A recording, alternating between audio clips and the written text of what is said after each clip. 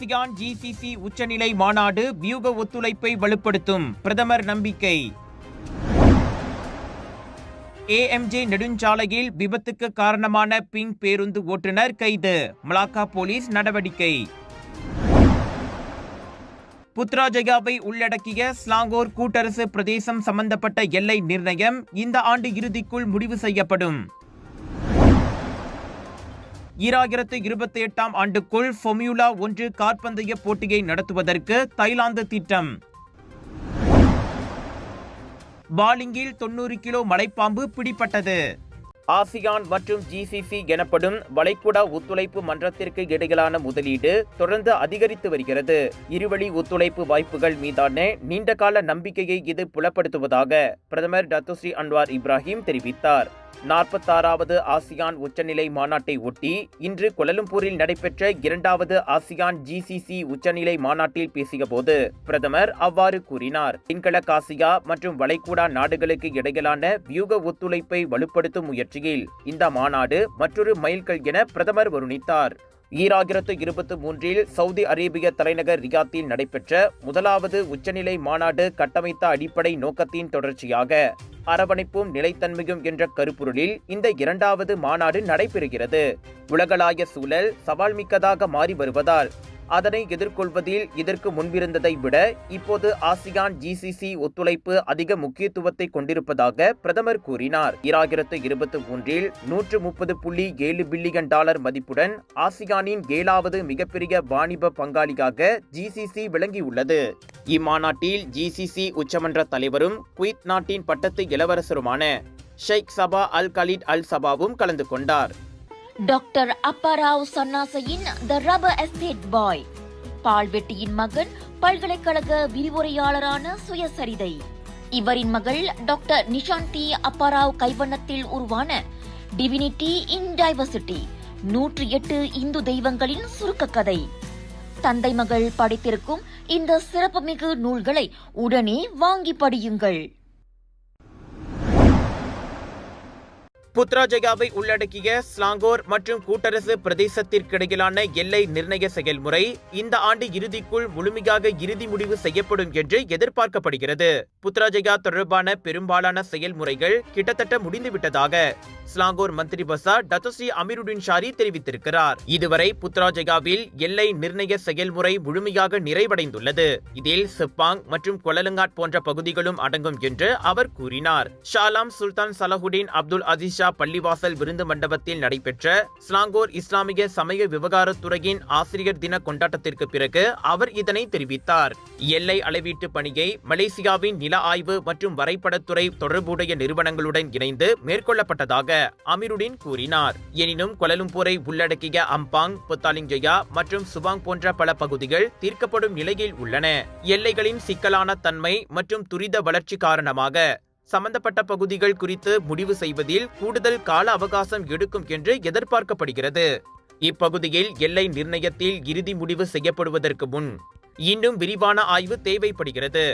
ஆனால் அது ஒட்டுமொத்தமாக தீர்க்கப்படும் என்று நாங்கள் நம்பிக்கையுடன் இருக்கிறோம் என்று அமீருடின் கூறினார். ஏஎம்ஜே எனப்படும் அலோர்கஜா பிளாக்காத்தங்கா ஜாசி நெடுஞ்சாலையில் ஓர் ஆடவரின் உயிரை பறித்த விபத்தில் சம்பந்தப்பட்ட பிங் பேருந்து ஓட்டுநர் கைதாகியுள்ளார். 37 வயது அவ்வாடவரை தடுத்து வைக்க அலோர்கஜா நீதிமன்றத்தின் ஆணை பெறப்படும் என மாவட்ட போலீஸ் தலைவர் சூப்பரிண்டென்டன்ட் அஷாரி அபுசாமா கூறினார். அவர் போதைப் பொருள் எதுவும் உட்கொள்ளவில்லை என்பது பரிசோதனையில் உறுதியானது. குற்றப்பதிவுகளும் போக்குவரத்து குற்றங்களுக்கான சம்மன்களும் அவரிடம் இல்லை என அஷாரி கூறினார். நேற்று மாலை 5 மணி அளவில் நிகழ்ந்த அவ்விபத்தில் நின்று செல்லும் பேருந்தும் மிட்சுபிஷி காரும் சம்பந்தப்பட்டன. அப்பேருந்து மலாக்கா சென்ட்ரல் பேருந்து முனையத்தில் இருந்து ஏஎம்ஜே நோக்கியும் 23 வயது முகமது ஐமான் முகமது ஃபாரிட் ஓட்டி சென்ற கார் ரெம்பியாவில் இருந்தும் வந்து கொண்டிருந்தன. சம்பவ இடத்தில் சாலையோரமாக காரை அதன் ஓட்டுநர் நிறுத்திய போது பேருந்து பின்னால் இருந்து மோதியது. இதனால் காரில் இருந்து தூக்கி வீசப்பட்ட ஐமான் கால்வாயில் விழுந்து தலையில் படுகாயமடைந்தார். அங்கேயே அவர் மரணமடைந்ததை மருத்துவ குழு உறுதிப்படுத்தியது. காரில் உடனிருந்த 22 வயது முகமது அக்கினி ஆபீஸ் பஹாரின் முதுகில் காயமடைந்தார். பேருந்து ஓட்டுநருக்கும் 53 வயது பெண் பயணிக்கும் காயம் ஏதும் ஏற்படவில்லை. அப்பேருந்து காரி மோதும் காட்சிகள் அடங்கிய 2 வீடியோக்கள் முன்னதாக வைரலாகி இருந்தன. GM இந்தியன்ஸோடு விஜய் டிவி மீடியா பார்ட்னராக இணைந்து பிரம்மாண்டமாக வழங்கும் Johor international Indian expo and viral food festival 24 May தொடக்கம் 2 ஜூன் வரை தாசிக் சென்ட்ரல் ஸ்கூடாய் ஜோர் பார்வில் ஹோல்சேல் விலையில் சாரிகள், Punjabi suit, lehenga, wedding collections, kids wear அனைத்தும் உண்டு. ஃபுட் ஃபெஸ்டிவலில் 100க்கும் அதிகமான உணவுகள், panipuri, kunafa, cheese nachos, Indian, western, Arabic என கலக்கலான உணவுகள். சாப்பிட ஒரு நாள் போதாது, திரண்டு வாருங்கள். பிக் பாஸ் புகழ் மலேசிய நடிகர் முகேன் ராவ் நடிப்பில் வெளியாக உள்ள 2வது தமிழ் திரைப்படம் தான் ஜீன் த பெட். பேய் கற்பனை கதையான இப்படத்தில் அவருடன் பவ்யா த்ரீகா கதாநாயகியாகவும், வடிவுக்கரசி, ராதா ரவி, நிழல்கள் ரவி, இமான் அண்ணாச்சி, பாலசரவணன் உள்ளிட்டோர் குணச்சித்திர கதாபாத்திரங்களிலும் நடித்துள்ளனர். TR பாலா எழுதி இயக்கியுள்ள இப்படம் சூப்பர் லிங்க்ஸ் பீச்சர் வெளியீட்டில் மலேசியாவில் மே 30ஆம் தேதி திரைக்கு வருகிறது. இதையொட்டி நேற்று முன்தினம் LFS PJ ஸ்டேட் திரையரங்கில் இப்படத்தின் பிரீமியர் காட்சி நடைபெற்றது. உள்ளூர் கலைஞர்களும் பிரபலங்களும் இதில் திரளாக கலந்து கொண்டனர். இந்த படம் ஒரு திகில் நகைச்சுவை படமாகும். முகேன் வீட்டிற்குள் ஒரு ஜின்னை எப்படி வளர்க்கிறார், இதனால் எழும் பிரச்சனைகளை அவர் எப்படி சமாளிக்கிறார் என்பதை நகைச்சுவையோடு இப்படத்தில் சொல்லப்பட்டுள்ளது.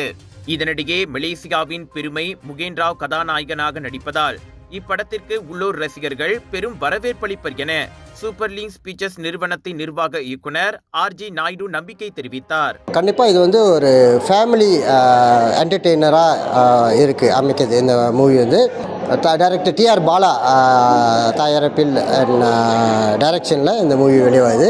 கண்டிப்பாக நீங்கள்லாம் 30ஆம் தேதி மே ஜீன் த பெட் படத்தை வந்து நீங்கள் மலேசியா திரையரங்குகள் நாடு தலைவில் எல்லா திரையரங்கிலும் ஸ்க்ரீன் பண்ணுறாங்க. கண்டிப்பாக நீங்கள் ஃபேமிலியோட பிள்ளைங்களோட இந்த ஸ்கூல் ஹாலிடேஸில் இது ஒரு நல்ல என்டர்டெயின்மெண்ட்டாக உங்களுக்கு அமையும்.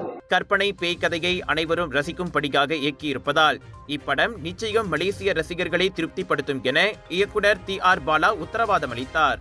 இந்த படத்தில் வந்து முகின் ராவ் நடிச்சிருக்காரு. முகின் ராவோட already Otha Thamarai album song பண்ணியிருக்கேன். Such a super talented person. அவரோட இந்த படத்தில் ஒர்க் பண்ணதில் எனக்கு ரொம்ப சந்தோஷம். I am very glad and happy to be a part of it. எனக்கு ரொம்ப எக்ஸைட்டடாக இருக்குது மக்களோட சேர்ந்து இந்த படத்தை ஃபஸ்ட் டைம் வாட்ச் பண்ணுறதுக்கு. அண்ட் இந்த படத்தை ஏன் பார்க்கணும் அப்படின்னா, கிட்ஸ் அண்ட் ஃபேமிலிக்கு ரொம்ப பிடிச்ச மாதிரியான ஒரு படமாக இருக்கும். ஒரு 2 மணி நேரம் ஜாலியாக என்கேஜிங்காக ஒரு என்டர்டெய்னிங்கான ஒரு ப்ராஜெக்ட் படம் பார்க்கணும் அப்படின்னா இந்த படத்தை வந்து பாருங்கள். தமிழ் சினிமாவில் தான் கதாநாயகனாக நடிக்கும் இந்த 2வது படம் முதல் படத்தை விட வித்தியாசமான கதைக்களத்துடன் இருப்பது சிறப்பு என முகேன் ராவ் வணக்கம் மலேசியாவிடம் கூறினார். as an artist வந்து நிறைய குறைகள் இருக்கும், நிறைய நிறைகள் இருக்கும். ஏன்னா எல்லாத்தையுமே எல்லாருனாலையும் சாட்டிஸ்ஃபை பண்ண முடியாது, எல்லாருமே பர்ஃபெக்ட் கிடையாது. அந்த வரிசையில் நானும் வந்து டிஃப்ரென்ஸ் கிடையாது. ஸோ நான் நடிக்கிற படமாகட்டும், நான் பண்ணுற விஷயங்களாகட்டும் குறைகள் இருக்கும், நிறைகள் இருக்கும். குறைகள் இருந்தால் என்கிட்ட சொல்லுங்கள், நான் திருத்திக்கிறேன். நிறைகள் இருந்தால் தோல் தட்டி கொடுங்க, இன்னும் தைரியமாக நான் முன்னுக்கு போகிறேன்.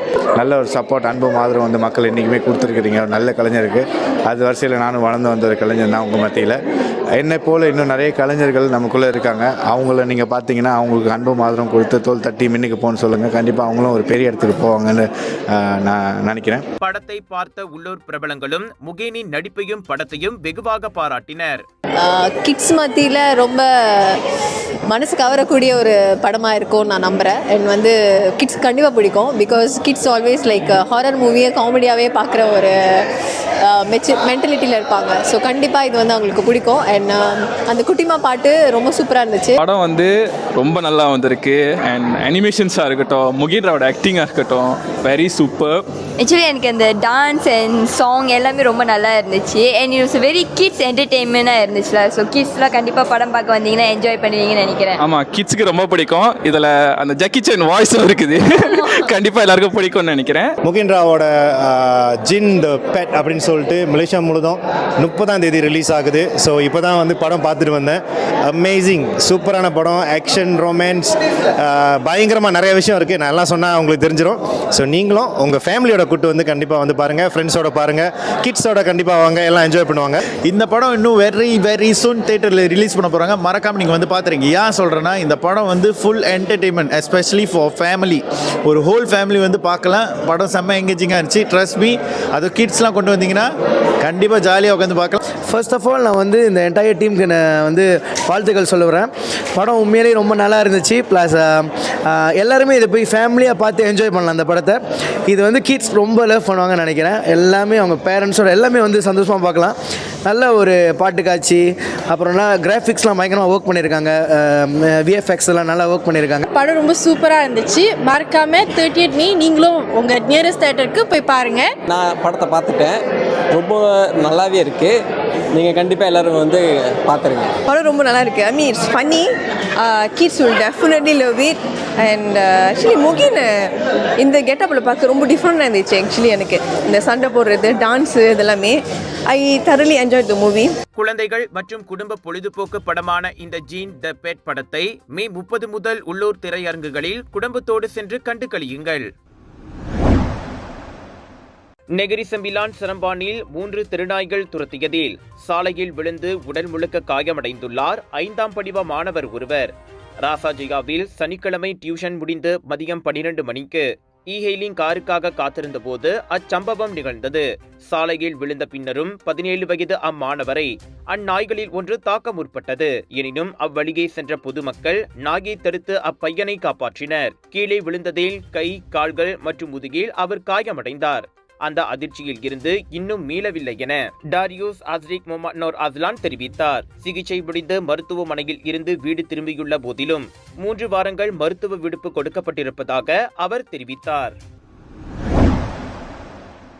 குவாலசலங்கோர் மாவட்டத்தில் உள்ள துணை மின் நிலையத்தில் இருந்து டிரான்ஸ்பார்மர்களை திருடியதாக சந்தேகிக்கப்பட்ட 19 முதல் 34 வயதுக்குட்பட்ட 6 ஆடவர்கள் கைது செய்யப்பட்டனர். அதிகாலை மணி 2:10 அளவில் குவாலசலங்கோர் மாவட்ட போலீஸ் தலைமையகத்தின் ரோந்துகார் பிரிவை சேர்ந்த போலீஸ்காரர்களால் அந்த ஆடவர்கள் கைது செய்யப்பட்டதாக குவாலசலங்கோர் மாவட்ட போலீஸ் தலைவர் சூப்பரிண்டென்டென்ட் அஸ்ஹாருடீன் தாஜுடீன் தெரிவித்தார். மிட்சுபிஷி ஃபூசோ லாரி, டொயோட்டா ஐலக்ஸ் வாகனம் மற்றும் ஒண்டா RSX ஆகியவை பெஸ்தாரி ஜயா ஜலான் உப்புலில் சந்தேகத்திற்குரிய வகையில் காணப்பட்டதை தொடர்ந்து போலீஸ் மேற்கொண்ட நடவடிக்கையில் அந்த சந்தேக நபர்கள் கைது செய்யப்பட்டனர். அந்த லாரியை போலீஸ் ரோந்து வாகனம் பின்தொடர்ந்து சென்றதை தொடர்ந்து டொயோட்டா ஐலக்ஸ் மற்றும் மோட்டார் சைக்கிளும் தடுத்து நிறுத்தப்பட்டது. பரிசோதனை மேற்கொண்ட போது டொயோட்டா ஐலக்ஸில் இருந்து அனைத்து பயணிகளும் கீழே இறங்கிய பின்னர் அதன் ஓட்டுநர் அந்த வாகனத்தை ஓட்டி தப்பி சென்றார். பறிமுதல் செய்யப்பட்ட லாரியில் சோதனை நடத்தப்பட்ட போது தனாகா நேஷனல் பிர்ஹாட்டிற்கு சொந்தமான டிரான்ஸ்பார்மர் பறிமுதல் செய்யப்பட்டது. ஒதுக்குப்புறமான பகுதியில் சாலை ஓரத்தில் டிரான்ஸ்பார்மர்களை வெட்டி அதனை இழுப்பதற்கு அந்த சந்தேக நபர்கள் லாரியை பயன்படுத்தியுள்ளதும் தெரிய வந்துள்ளது. கைதான 6 சந்தேக பேர்வழிகளில் 3 இதற்கு முன் குற்ற செயலில் ஈடுபட்ட பின்னணிகளை கொண்டவர்களாவர். விலையோ மலிவு, செலவோ குறைவு, தரமோ உயர்வு, மனமோ நிறைவு. மக்களின் தேர்வு என்ரிகோஸ் முழு ஆடை சத்துள்ள பால்மாவு.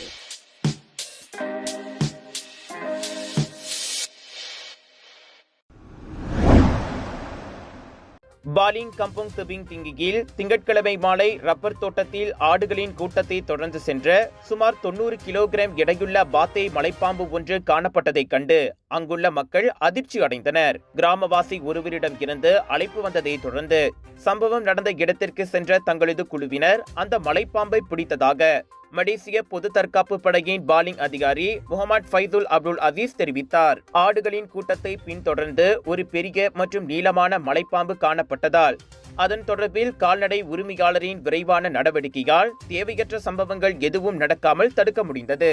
நாங்கள் அங்கு சென்றபோது ஆடு வளர்ப்பு பகுதிக்கு அருகிலுள்ள ஒரு ரப்பர் தோட்டத்தில் சுமார் 90 கிலோகிராம் எடையும் சுமார் 5 மீட்டர் நீளமும் கொண்ட ஒரு மலைப்பாம்பை கண்டோம். சுமார் 30 நிமிடங்களில் எந்த சிரமமும் இல்லாமல் அந்த மலைப்பாம்பை பிடிக்கும் நடவடிக்கை வெற்றிகரமாக முடிந்ததாக அவர் கூறினார். பிரம்மாண்ட அரங்கம், 10 ஃபெஸ்டிவல்ஸ், 100க்கும் அதிகமான நட்சத்திர கலைஞர்கள், ஆயிரக்கணக்கான போட்டியாளர்கள், லட்சக்கணக்கான பார்வையாளர்கள், மில்லியன் கணக்கான சாய்ஸஸ், இவை அனைத்தும் நாட்டின் தலை சிறந்த மற்றும் புகழ்பெற்ற இந்திய எக்ஸிபிஷன் ஏற்பாட்டாளரான colours of India Vijay TV media பார்ட்னராக இணைந்து வழங்கும் பிரம்மாண்டத்தின் உச்சக்கட்டம் beyond international Indian expo 4 to 8 June வரை KSL esplanade mall, Bandar Bestari, கிளாங்கல். இதுவரை இல்லாத பிக் சேல், பிக் டிஸ்கவுண்ட்.